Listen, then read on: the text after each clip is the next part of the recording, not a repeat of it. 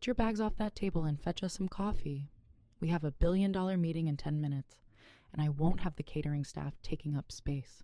The voice boomed through the heavy oak doors of the sapphire boardroom before the man even fully stepped inside. Clara did not jump.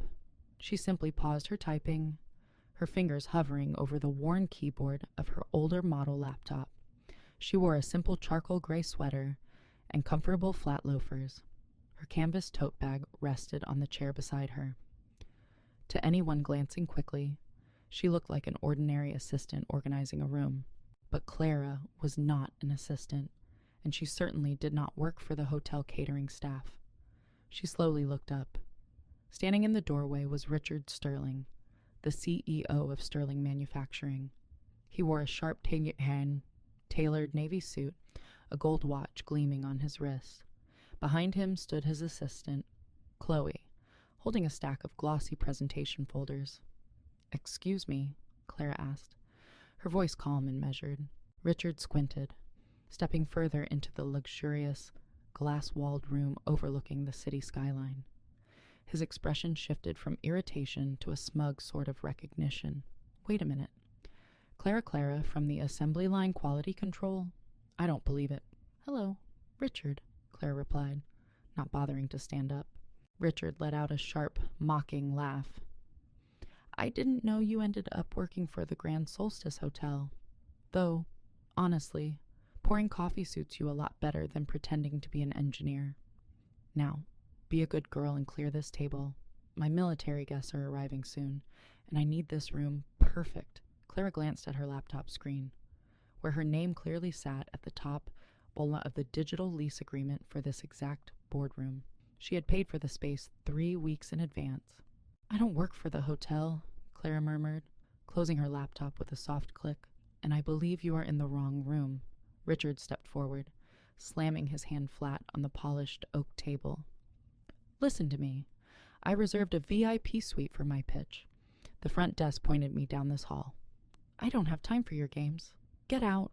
Clara looked at his hand on the table, then up to his flushed face. She didn't raise her voice. She knew exactly what she held in her digital wallet. "Are you deaf?" Richard demanded, leaning closer. "Or are you still just as stubborn as the day I fired you?" Clara remembered that day perfectly, though it brought her no pain anymore.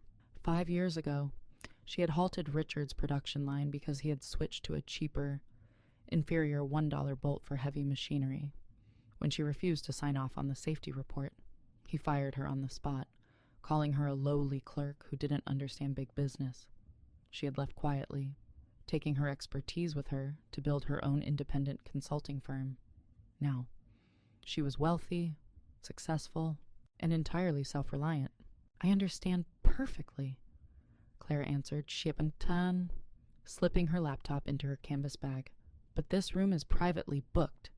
If you need a space, you should check with the front desk." Chloe, Richard's assistant, rolled her eyes and crossed her arms. "Mr. Sterling, do you want me to call security? We can't have a former disgruntled employee ruining the Army presentation. She's obviously just lingering here to cause trouble." "Do it," Richard agreed. Adjusting his tie, he glared at Clara. "You always thought you were smarter than everyone else because you cared about one stupid dollar. Look where it got you. Wearing a cheap sweater, squatting in a hotel room, while I'm about to close a $1.2 billion defense contract. Pack your trash and leave before I have you thrown out." Clara did not argue. She didn't explain her net worth, nor did she mention the firm she now owned. She simply picked up her canvas tote and her older mobile phone. She had no need to prove her worth to a man who measured success by the price tag on his suit. "Take the room, Richard," Clara whispered, stepping past him toward the door. "I hope it serves you well." As she walked out into the carpeted hallway, Richard chuckled. "That's what I thought." Closed the door behind her. "Chloe, let's get the projector running." What Richard didn't see was Clara unlocking her phone. She opened the hotel's secure guest portal. With 2 simple taps, she accessed her booking for the Sapphire Boardroom. The lobby of the Grand Solstice Hotel was a symphony of soft piano music and murmuring guests. Clara walked gracefully toward the VIP concierge desk. her comfortable loafers making no sound on the marble floor. Marcus, the senior events manager, smiled warmly as she approached. He recognized her immediately. Clara was one of the hotel's most valued corporate clients, though she never demanded special treatment. "Good morning, Miss Clara," Marcus greeted, standing up straight. "Is the Sapphire boardroom to your liking?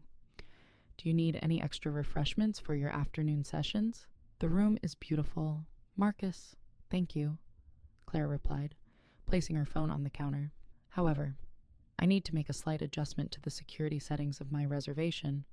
I had previously left the doors unlocked for easy access. I'd like to change that." Marcus tapped his tablet. "Of course. Would you like me to lock it down to just your personal key card?" "Yes, please," Clara confirmed. "And cancel any guest access codes associated with the room. Effective immediately." Marcus frowned slightly, noticing a subtle shift in her tone, though she remained perfectly composed. "Is everything all right? Ma'am, has someone intruded on your space?" "Just a minor misunderstanding with another guest," Clara explained gently. "A Mr. Sterling. He seems to believe the room belongs to him. He is currently inside setting up a presentation." Marcus's eyes widened in alarm. "Oh, I apologize profusely, mister. Sterling only booked a standard meeting room on the second floor. He must have wandered into the VIP wing. I will send security up right now to escort him out." "There's no need for a scene," Clara answered, raising a hand. "Just lock the electronic doors from the system. If he steps out to greet his guests, he simply won't be able to get back in. Let the system handle it." Marcus understood the quiet brilliance of the request. A small smile touched his lips. "Consider it done. Miss Clara, the main doors to the Sapphire Suite are now secured. Only your card will open them." Clara thanked him and walked over to the lobby lounge. She ordered a simple black tea, sat in a quiet corner, and waited for the inevitable. Up on the top floor, Richard was busy arranging his glossy brochures. He felt invincible. This contract was going to make him a billionaire, and running into Clara was just the cherry on top, a reminder of how far he had climbed while she had supposedly fallen. "Is the projector ready, Chloe?" Richard asked, checking his reflection in the glass wall. "Almost. Mr. Sterling, the cables are a bit tricky, but I'll have it running in 2 minutes," she replied, fumbling with the connections on the podium. Suddenly, Richard's phone vibrated. He glanced at the screen, and his heart skipped a beat. It was a text from the military liaison. The delegation had arrived on the floor. "They're here," Richard called out, smoothing his jacket. "Leave the projector. Come out to the hallway with me. We need to greet Colonel Hayes and his team with proper respect. We can't just wait inside like amateurs." Chloe dropped the cables and hurried after him. Richard pulled open the heavy oak doors of the boardroom and stepped out into the plush hallway. Down the corridor, the elevator doors chimed, sliding open to reveal 3 men in crisp military uniforms, accompanied by 2 civilian advisors. Richard plastered a confident, winning smile on his face. He walked forward, extending his hand enthusiastically. "Colonel Hayes, welcome to the Grand Solstice," Richard announced, shaking the officer's hand. "It is an absolute honor to host you today. I trust your journey was smooth." "It was fine, Mr. Sterling," the colonel replied, his tone strictly professional. "We have a tight schedule today. Let's get straight to the technical review of your manufacturing proposal." "Right this way," Richard beamed, gesturing grandly back toward the Sapphire boardroom.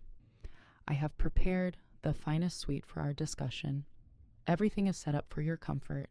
He led the imposing group down the hall, feeling the weight of impending victory.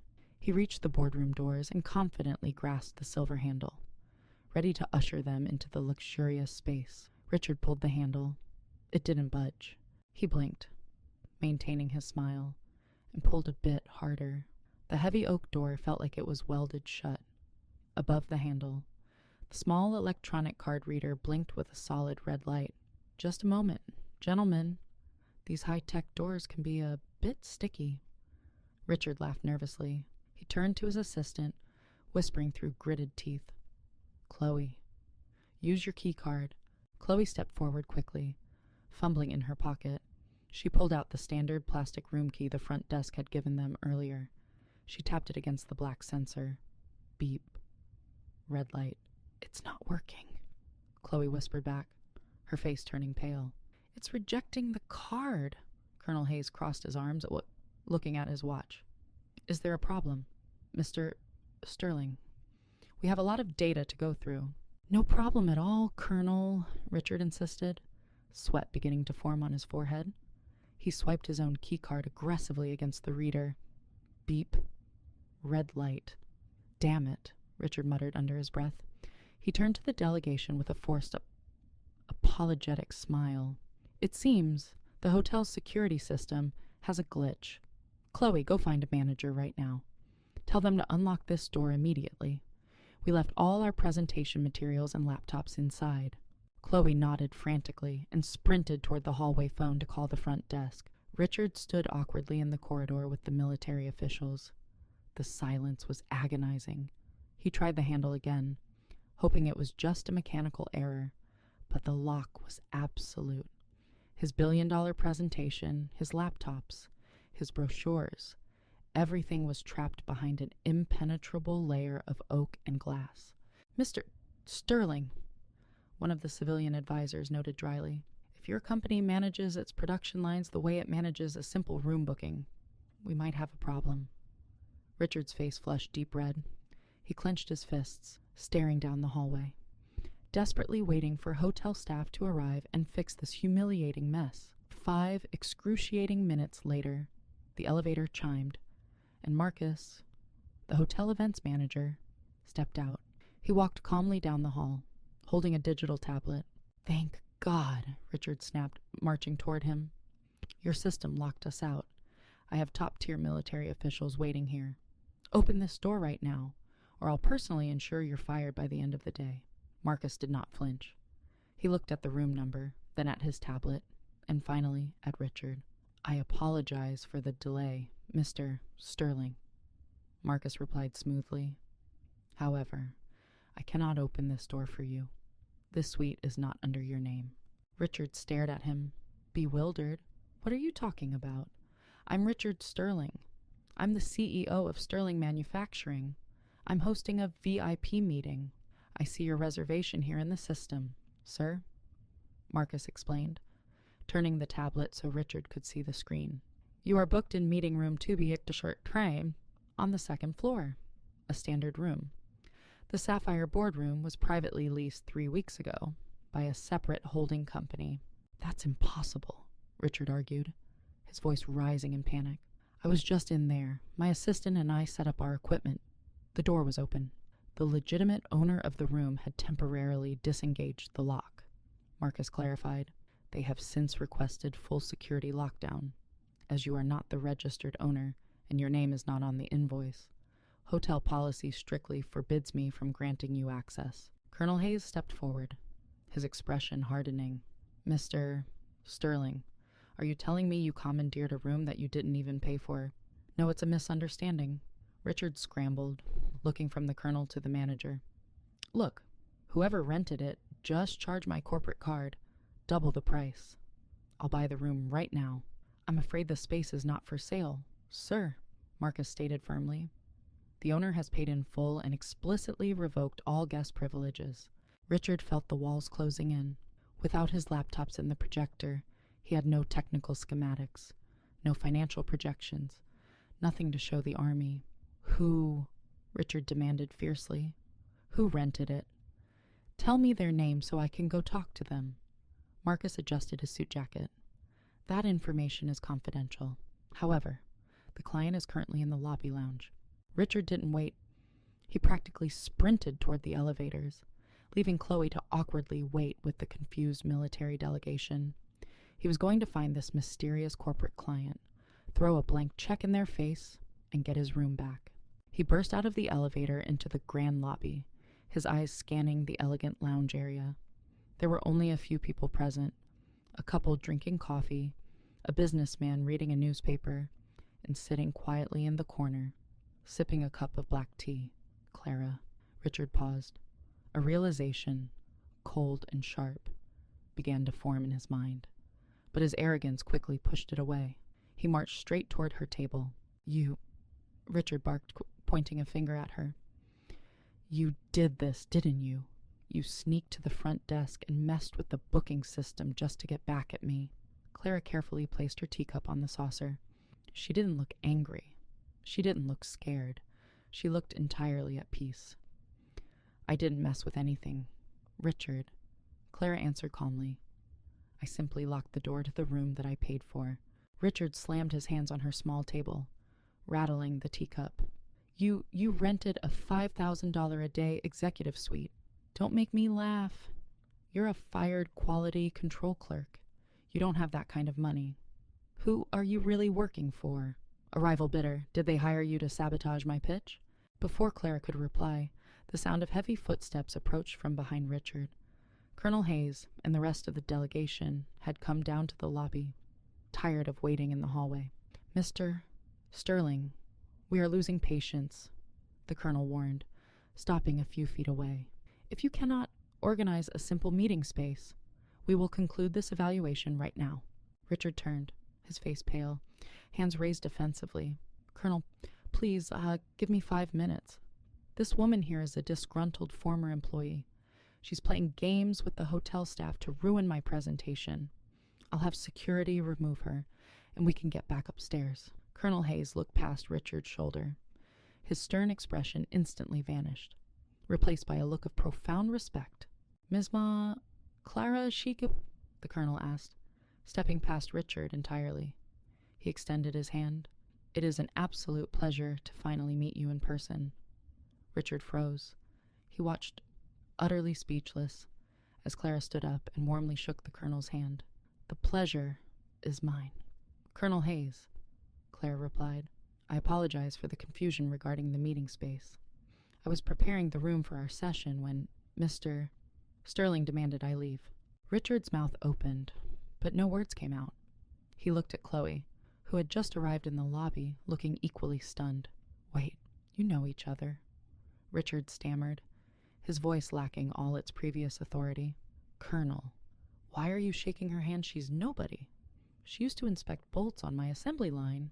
The colonel turned to Richard, his eyes narrowing with deep disapproval. "Mr. Sterling, you clearly have no idea who you are speaking to. Clara is not a nobody.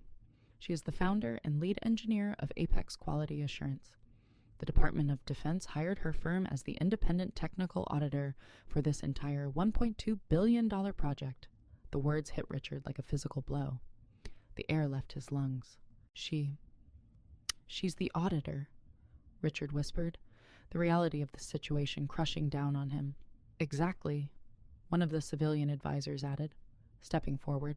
"She is the one who will determine if your manufacturing processes meet military safety standards. She booked the Sapphire boardroom under her firm's name to host this very evaluation." Clara picked up her canvas tote bag from the chair. She didn't gloat. She didn't give a dramatic speech about karma. She simply looked at Richard, who was now sweating profusely, his expensive suit suddenly looking very heavy. "I prefer to keep my identity quiet until the formal meetings begin," Clara explained to the colonel, ignoring Richard completely. "It allows me to observe how contractors handle themselves when they think no one important is watching. Shall we proceed with the evaluation? I think we've seen enough of Mr. Sterling's organizational skills," the colonel noted dryly, "but we still need to review his factory's safety history." "I have the files right here," Clara said, patting her simple tote bag. Richard's mind raced. He had literally ordered the lead auditor out of her own room, insulted her clothes, and locked his own presentation materials inside her private suite. Panic entirely overrode his pride. "Clara, Miss Clara," Richard pleaded, stepping into her path, his voice trembling. "Please, this was just a massive misunderstanding. I didn't recognize you. If I had known who you were, I would have never asked you to leave. Let's just go back upstairs, unlock the room, and I can show you the new schematics. The projections are perfect." Clara looked at him, her expression unreadable. "You didn't recognize me, Richard. You said my name. You knew exactly who I was. Your behavior didn't stem from ignorance. It stemmed from a lack of respect for anyone you perceive as beneath you. I was stressed, Richard begged, glancing nervously at the military officials who were watching the exchange with cold, judging eyes. The pressure of this deal, it got to me. Please, I need that room. I need my laptops. Your belongings are secure, Claire answered evenly. Marcus will have hotel security retrieve your laptops and bring them down to the lobby for you. But you will not be returning to the Sapphire boardroom. She turned to the colonel. Since the boardroom environment has been compromised, we can conduct the preliminary review right here in the private lounge, if that suits you. Gentlemen, that works perfectly for us, Colonel Hayes agreed. Taking a seat at a larger table nearby, Richard stood completely helpless as the most important meeting of his life was relocated to a coffee lounge. He had spent $10,000 on a polished digital presentation, complete with 3D models and drone footage of his factories. Now, he had absolutely nothing to show. As Claire sat down with the military delegation, she pulled out a thick, aching, well-organized paper file from her bag. She didn't need a projector. She didn't need glossy brochures. She only needed the facts. Mr. Sterling, Claire called out gently, you may want to pull up a chair.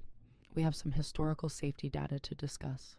The meeting in the lounge was brutal in its quietness. Clara didn't raise her voice, nor did she hurl accusations. She simply opened her folder and presented the documents to the Army delegation. 5 years ago, Clara began, her finger tracing a highlighted line on a production manifest. Sterling Manufacturing changed suppliers for their primary load-bearing bolts to save exactly $1.12 per unit. The tensile strength of the new bolts was 30% below the required safety threshold for heavy machinery. Richard sat across from her, his face buried in his hands. We fixed that, he mumbled weakly. We changed the supplier back after you left. You changed it back only because a machine failed on the floor 2 months later, injuring an operator, Claire corrected, sliding an OSHA accident report across the table. You ignored the internal quality control warnings to increase your quarterly profit margin. For a military contract of this magnitude, prioritizing immediate cost-cutting over structural integrity is a critical risk factor. Colonel Hayes reviewed the documents, his face grim. He didn't need to see Richard's glossy 3D presentation anymore. The pattern of behavior was clear. The man who would cut corners on a dollar bolt and who would treat a woman he thought was a lowly assistant with such aggressive disdain was not a man the military could trust with a billion-dollar defense project. I think we have seen everything we need to see, the colonel announced, closing the file. He stood up, looking down at Richard. The Department of Defense will be going with another contractor. Thank you for your time, Mr. Sterling. Richard didn't argue. He couldn't. He just sat there, surrounded by the soft piano music of the lobby, realizing he had lost everything. Not because of bad luck, but because of his own arrogance. Clara stood up and shook hands with the delegation one last time as they prepared to leave. Your evaluation was incredibly thorough. Ms. Clara, the colonel praised. We value your expertise. Thank you. Colonel, safe travel, Clara replied. As the military men walked out of the hotel, Clara picked up her simple canvas bag. A hotel security guard arrived, placing Richard's closed laptop on the table in front of him. Clara looked at her former boss one last time. She felt no need to gloat. The boundary was set. The truth had spoken for itself. She turned on her comfortable loafers and walked quietly out the front doors, leaving him alone with his consequences.